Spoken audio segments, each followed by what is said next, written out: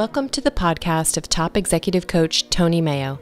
This podcast is a conversation with one of Tony's clients, management consultant Ron Dimon.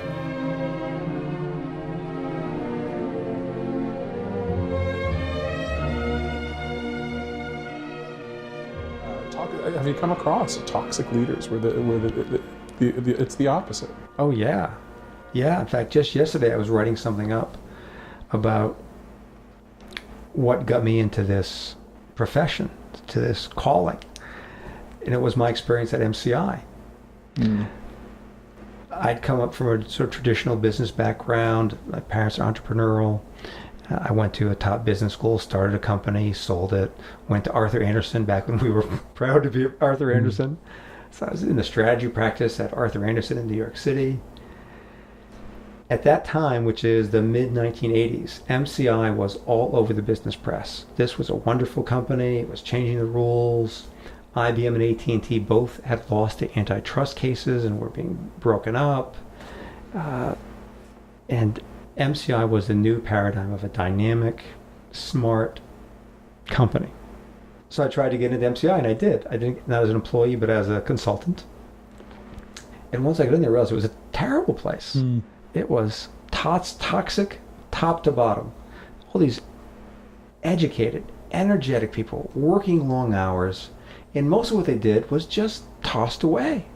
They were frustrated. They were getting ill. They would leave after a year or two, and the company thought, oh, well, we used them up, we'll get some more. And they did.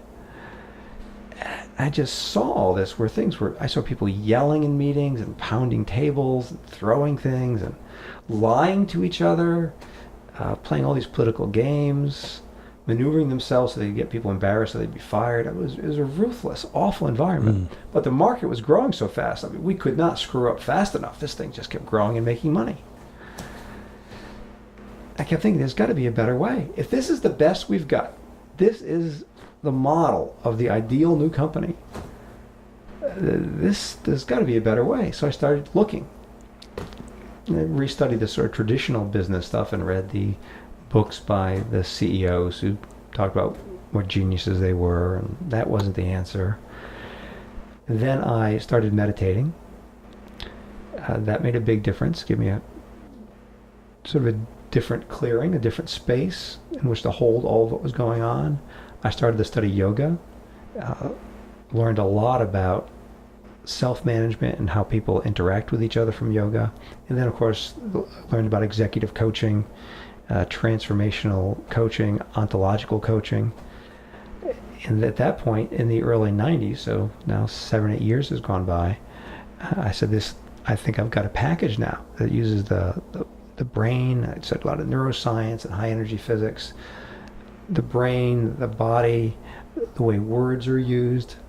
So, well, now there's a way I see to go back into business, not that I'd ever left, but to work with businesses so they can have humanity and prosperity, because I like prosperity. I don't want to just have people go out and be hermits and yogis. Once I was in a seminar, and the instructor, him, Guru Ganesha, was going on and on about how great meditation is. I was doing this in the middle of a sales training seminar. Well, I knew that he knew I was a meditator, so I thought I'd pull on his beard a little bit. I said, hey, Ganesh, if meditation's so great, what are you doing here with us? And he leaned down to me very confidentially, and he said, I don't know about you, but I get bored. But it was a profound thing. Yeah, we could sit and meditate and bliss out, but it's boring and it doesn't matter. Yeah. The real challenge, I think I find fascinating, is how do you go into commerce and keep score with money and remain human and make it possible, create a space where other people's humanity comes out and gets expressed. That's a really cool, worthwhile thing to do. I more and more believe that people go and get jobs so they can be related. I mean, we could go live off. I saw someone on TV the other day. She said she hasn't been in a supermarket for 8 years.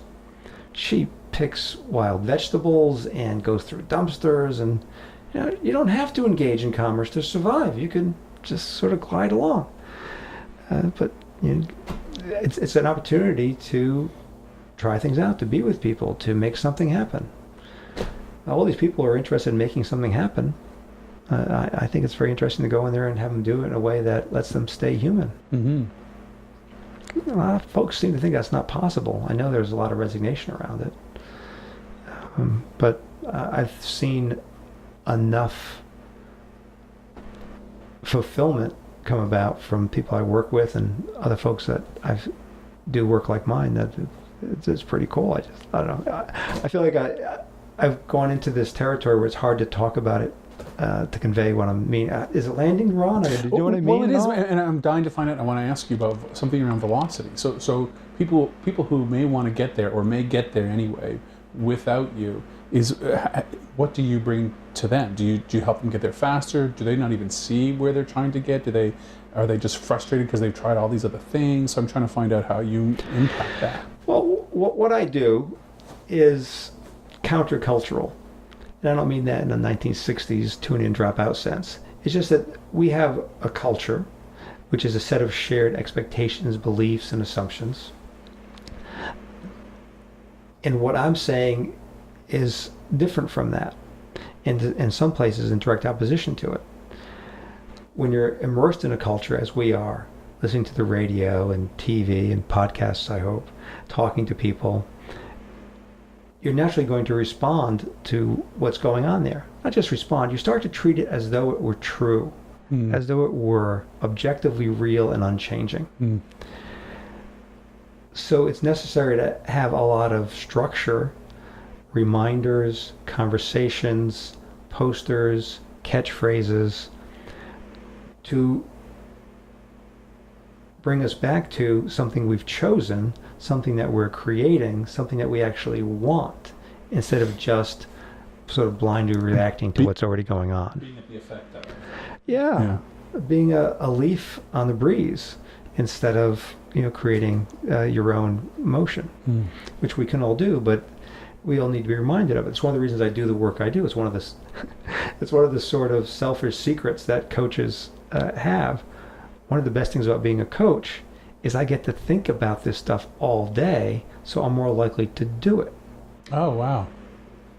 Now, I'm not automatically going to be empathetic and looking for a win-win situation and creating a space so people's best can come out. No, I mean, I want to push people around and force them to do things. And when something makes a loud noise, I want to hit it. I mean, that's just me, the way that's sort of automatic with the culture we're in, and to some degree the genetics that we've inherited. Or I thought you were going to say the brain science, because I'm always fascinated when you tell me about the brain, and that natural reaction is coming from one part of the brain, and what you end up doing is coming from another part of the brain. I think that's completely fascinating. Yes. Well, let's say a little bit about why that can be so difficult. A lot of what we do is below our conscious awareness. It just gets handled. For instance, when the physician puts the hammer on your knee and your foot goes up, you didn't make a decision to do that. That's just the way your nerves respond to that kind of stimulus. Right. Your heart is beating all the time. You don't give it much thought. That's controlled by your brain stem, a very low down part of your brain. That's why a chicken can run around with its head cut off. It's lost its brain, but it's got enough of the brain stem so that the heart still beats and so on. Just above that stuff of heart beating and breathing is the midbrain that has a lot of our emotional responses. The amygdala is sort of the star of that midbrain. A lot of people have heard about this, where the fear response comes in. This is a very fast reacting, hair-triggered part of your brain that is evaluating all the stimuli that come in as friend or foe.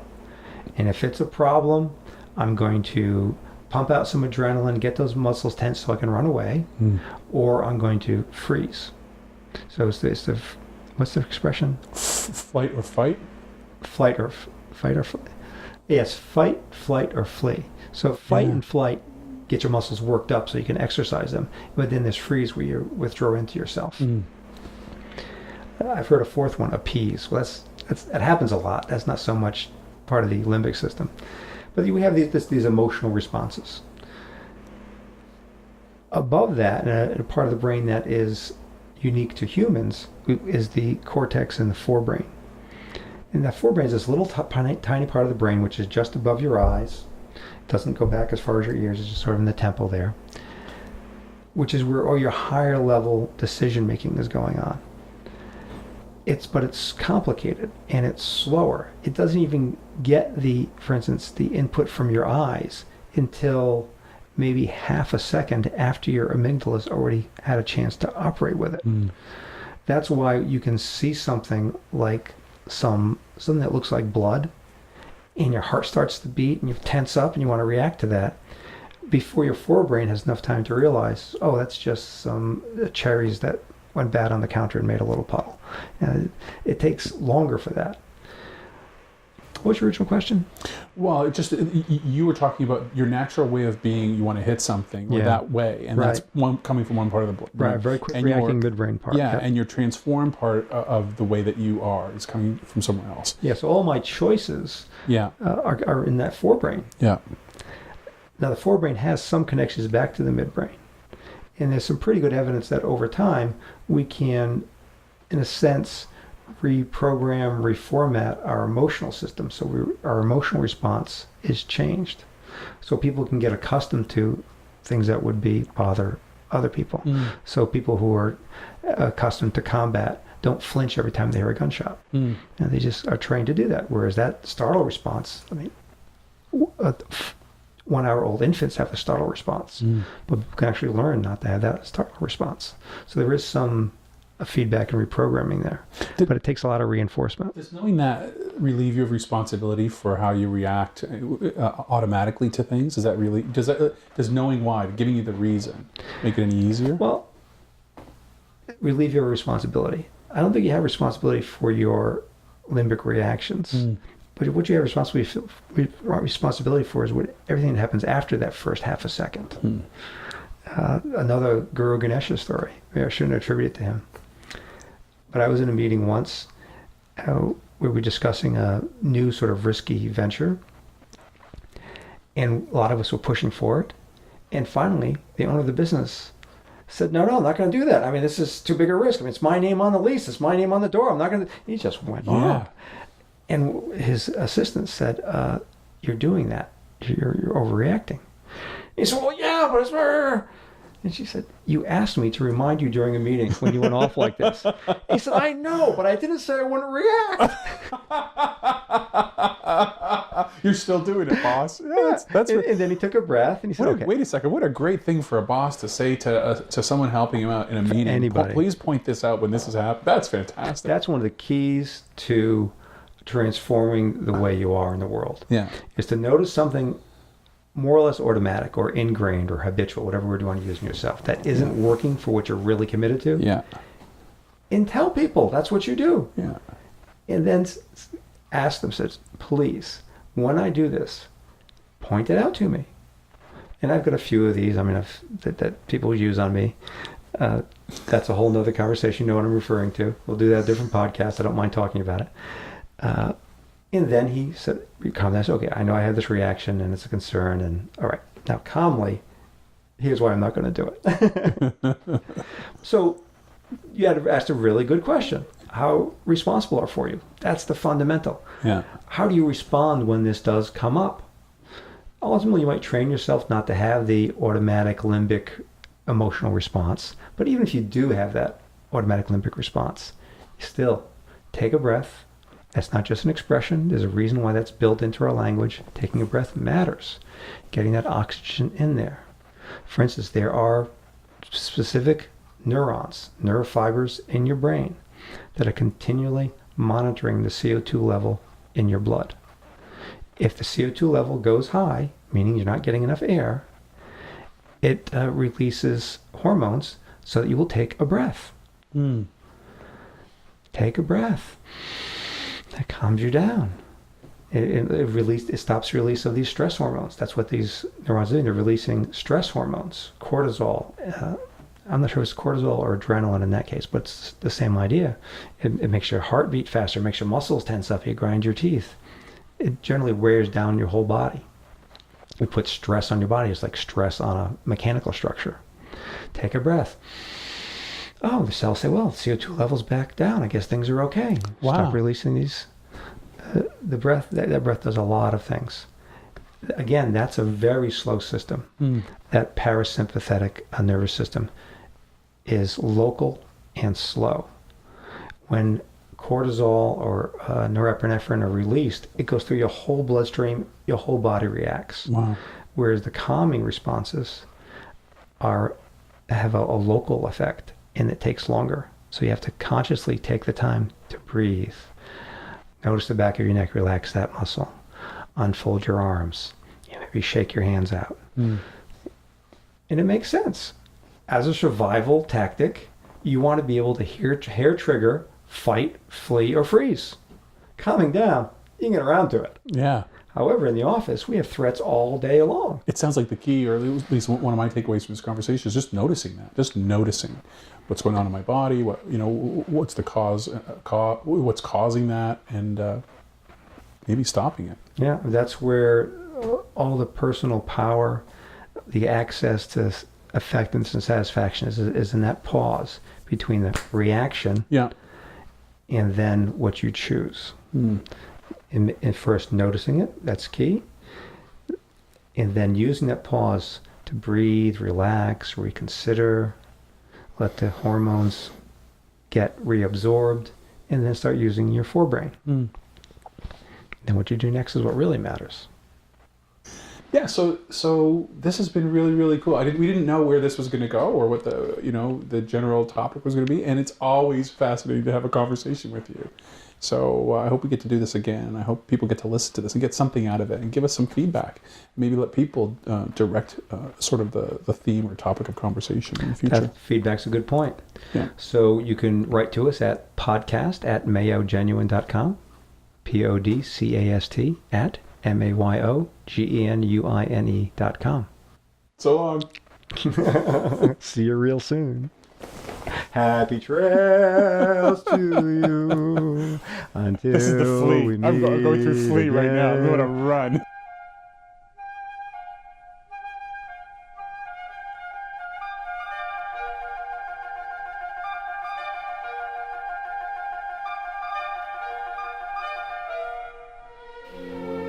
We hope you enjoyed this podcast. More information is available at tonymayo.com. We appreciate your comments, suggestions for future topics, and, most of all, stories of how you applied the coaching. Our email address is podcast@mayogenuine.com. This podcast is the property of top executive coach Tony Mayo, copyright 2011.